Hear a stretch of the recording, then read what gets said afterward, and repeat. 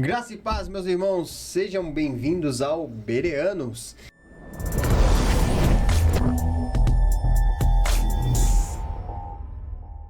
Eu estou aqui com o meu amigo, professor Vitão. Tamo junto, graça e paz. Tamo junto, Vitão. E hoje nós vamos falar do termo Maranata. Maranata, né? Muito cantado. O Vitão tava cantando aqui quase agora. Canta de novo pra nós aí, Vitão. Maranata. Eu não tô mais no louvor, não sei porquê. Maranata, ora vem. Maranata. O que significa Maranata, né? Nós falamos esse termo muitas vezes na igreja, mais apropriadamente nós cantamos ele nas canções e muitas das vezes nós não sabemos o que quer dizer ele, Qual né? o fundamento, Qual é o fundamento? Maranata. Então, vou começar não, senão vão me contratar pro louvor, né? O Léo, já é Vitor e Léo, nós começa a cantar aqui. No próximo você traz o violão e nós vamos fazer a nossa dupla aqui. Vamos fazer uma vigília de 20 minutos aqui online. Amém? Amém. Então, o que significa Maranata, né? O termo Maranata, ele quer dizer em sua suma, vem Senhor. Vem Senhor, né? Maranata é uma expressão aramaica que significa vem Senhor ou o nosso Senhor vem. É uma invocação à segunda vinda de Jesus. Você sabia que os adventistas, eles têm como forma de cumprimento Maranata? Não é passe graz? Passe graz, ó. Passe graz não, esse passe graz aí é outro. Graça e paz, gente, é terça-feira. Na semana Graça e já paz, tá acho intensa. que é na presbiteriana. Graça e paz é o comumente entre os evangélicos. Essa eu não sabia. Eles estão outro nível da gente, então. Maranata, o nosso Senhor vem. Uau. Porque tem esse significado também. O nosso Senhor vem, né? Ou vem Senhor. A gente encontra essa palavra lá em Apocalipse. Pode ver que ele é um termo até escatológico. Lá em Apocalipse, no capítulo 22, no versículo 20. Lê pra nós aí, Vitão. Vambora. Pra gente embasar ele aqui. Vamos lá, hein? Pra quem não sabe, Então, tá lá no ali finalzinho. na última folhinha da Bíblia, no capítulo 20, no penúltimo versículo bíblico, João solta um Maranata. Capítulo 20, versículo... 22, versículo 20. Versículo 20. Lê pra nós. Diz assim... 22, 20. Aquele que dá testemunho dessas coisas diz: sim, venho em breve. Amém. Vem, Senhor Jesus. Minha versão tá na NVI, tá? Ou outra versão vai dizer Maranata. Vem, Senhor Jesus. Pode ver que já tá até traduzido. Vem, Senhor Jesus. Isso eu acho aqui um... Então, o que acontece?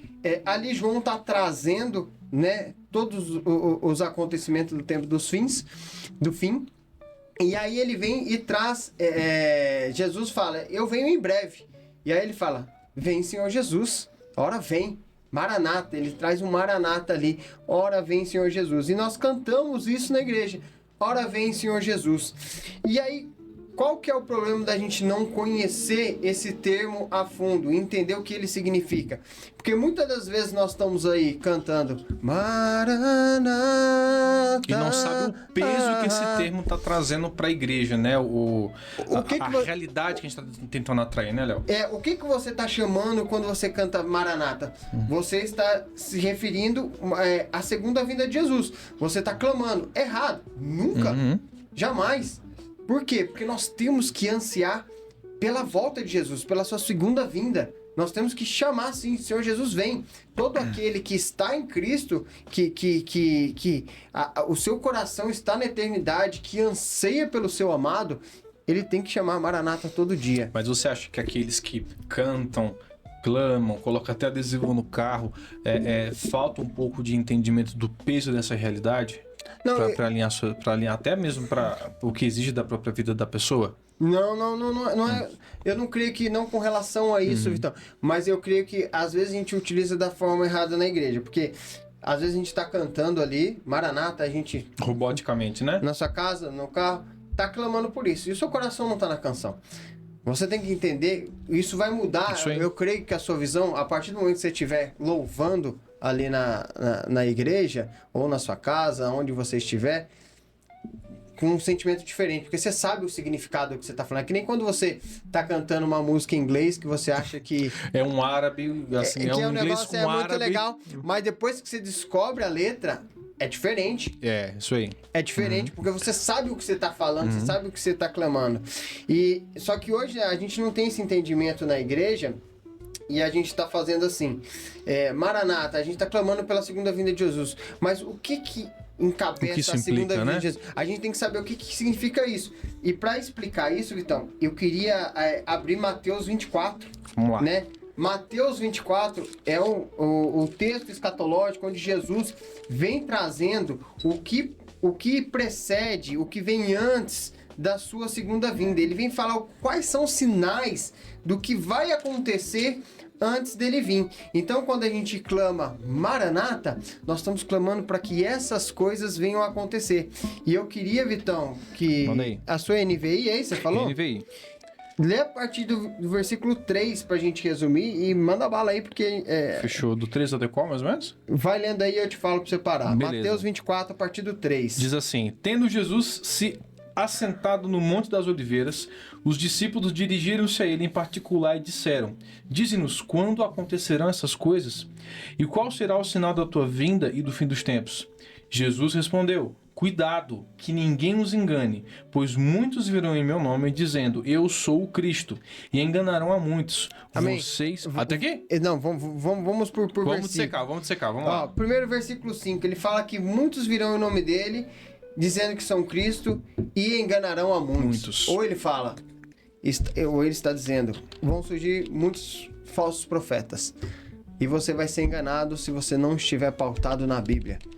Se você não conhecer a voz do seu pastor, você vai ser levado pela voz de um outro doutrinador que não sou eu. Infelizmente, a apostasia é um sinal dos últimos dias, né, cara? Não tem pra onde correr. Verso 6, então. Verso 6. Vocês ouvirão falar de guerras e rumores de guerras, mas não tenham medo. É necessário que tais coisas aconteçam, mas ainda não é o fim. Olha que legal. Vocês ouvirão falar de guerras e rumores de guerras, mas não tenham medo. Em alguma outra versão vai dizer mister, ou é necessário que essas coisas aconteçam. E aí eu vejo o crente orando para que as guerras acabem. Pela paz mundial. Pela paz mundial. Nem Miss Universo desse então jeito. A gente está cantando Maranata, mas ao mesmo tempo a gente está falando que as guerras acabem. Léo, mas é errado eu orar para que tenha paz em Israel ou que as guerras cessem? Não é errado. Desde que você saiba orar, entregando tudo nas mãos do Senhor, mas que seja feita a tua vontade. Assim como Jesus no Getsemane. Ele falou, Senhor, se possível, aparta-te de mim esse cálice.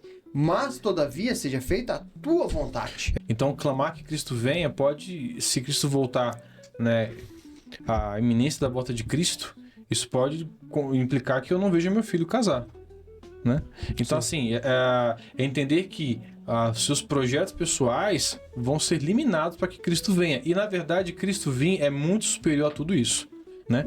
Exatamente. Então, é você colocar os seus sonhos e suas metas debaixo do pé de Cristo, porque a volta dele é muito mais importante, né?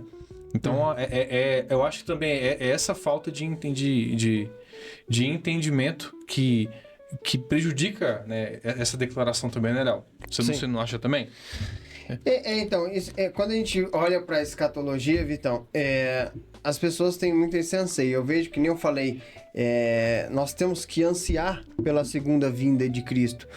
Mas eu vejo que as pessoas colocam seus anseios pessoais à frente disso. Sim. Né? É como você está falando, meu filho não vai se casar. Mas isso não é importante. Porque no céu a gente não vai casar e não vai se dar em casamento, né? Então, isso não tem uma suma importância.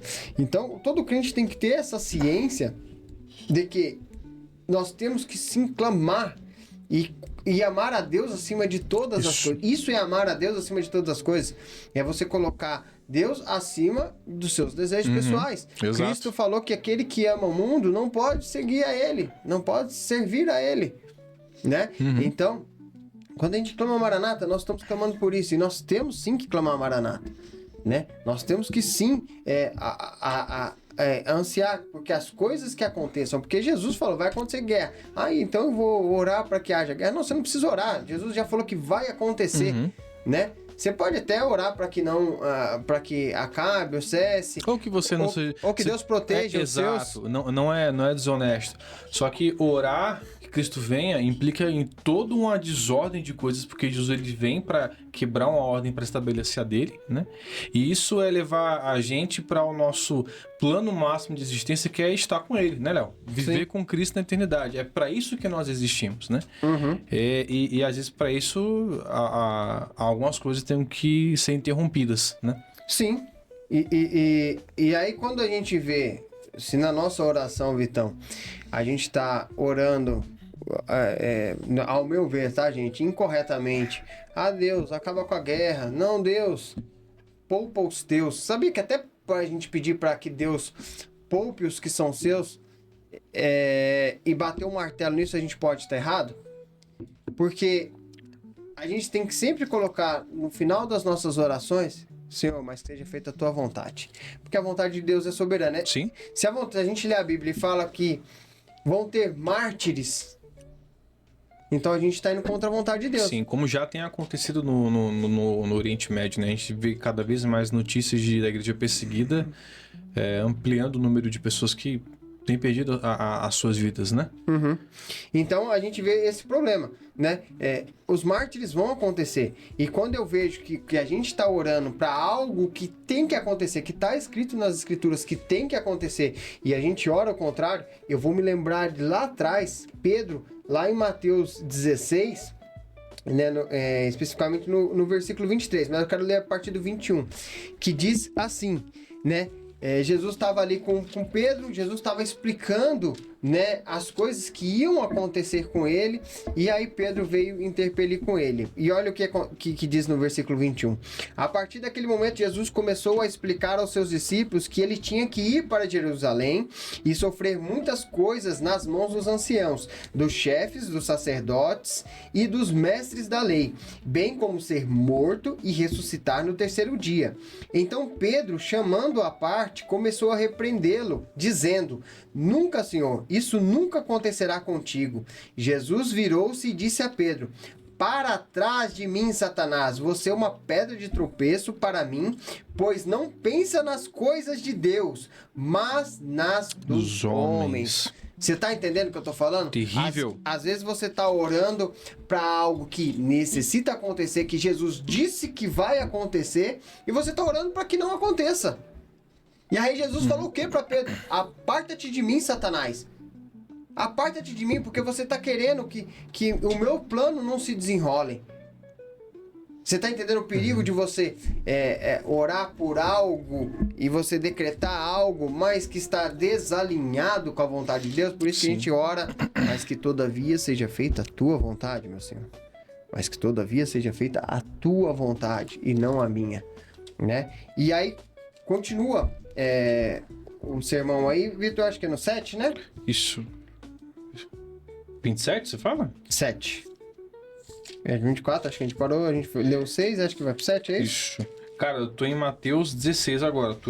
Não, 24, 7 diz assim: Nação se levantará contra nação e reino contra reino. Haverá fome e terremoto em vários lugares. Então, quando a gente está clamando, Vitão, por Maranata, nós estamos clamando para que nação se levante contra nação, reino contra reino, e que haja fome e terremoto em vários lugares. Então vai haver fome e terremoto em vários lugares. E aí continua no 8. Tudo isso será o princípio das dores. 9. Então eles os entregarão para serem perseguidos e condenados à morte, e vocês serão odiados por todas as nações por causa do meu nome.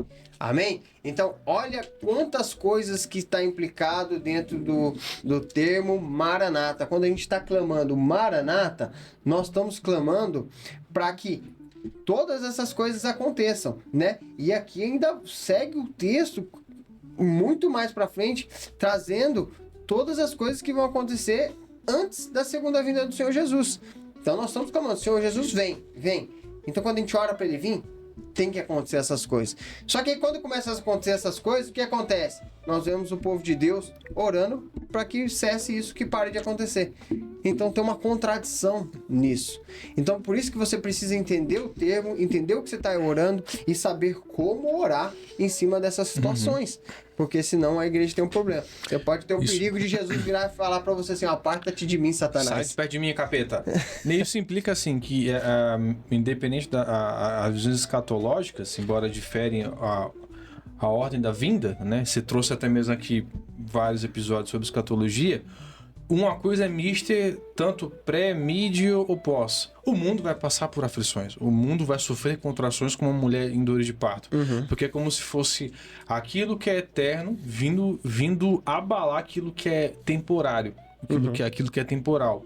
Então, essas coisas vão acontecer de um jeito ou de outro. Isso é um ponto central de toda a visão escatológica. Quando a gente fala das contrações, então, nós não estamos falando ainda do período tribulacional antes. As contrações são antes da tribulação. Não, mas eu falo que de toda forma, o mundo ele passa por uma transformação caótica. Sim, né? Vai ficar cada vez pior, Caótica. vai ficando cada vez pior. Exato, que o parto, né, para assim falar, é Cristo, né? Cristo ele vem abalar. A gente lê Salmos 2, parece que tá lendo um vilão ali em Salmos 2, mas é Cristo vindo esmagar as nações. Exatamente. Né? Então, assim, isso implica também o Maranata, né? Só para também complementar. Mas é doideira, cara. É isso aí? Misericórdia. Então é isso aí, gente. Eu não quero me prolongar aqui no Mateus 24. Você pode pegar aí na sua casa e ler, né, o Mateus 24. Eu recomendo que você leia Mateus 24 para entender quais são os sinais do fim dos tempos, né? Quando a gente clama Maranata, a hora vem Senhor Jesus, todas essas coisas elas vão acontecer, porque Jesus disse que vai acontecer. Não sou eu que estou falando, é a Bíblia e é as palavras do próprio Senhor Jesus dizendo o que vai acontecer antes da vinda dele. Então, quando nós estamos clamando Maranata, nós estamos clamando para que isso aconteça. E quando isso acontecer, a gente tem que estar alegre sim, porque são os sinais que o nosso Senhor ele está para voltar.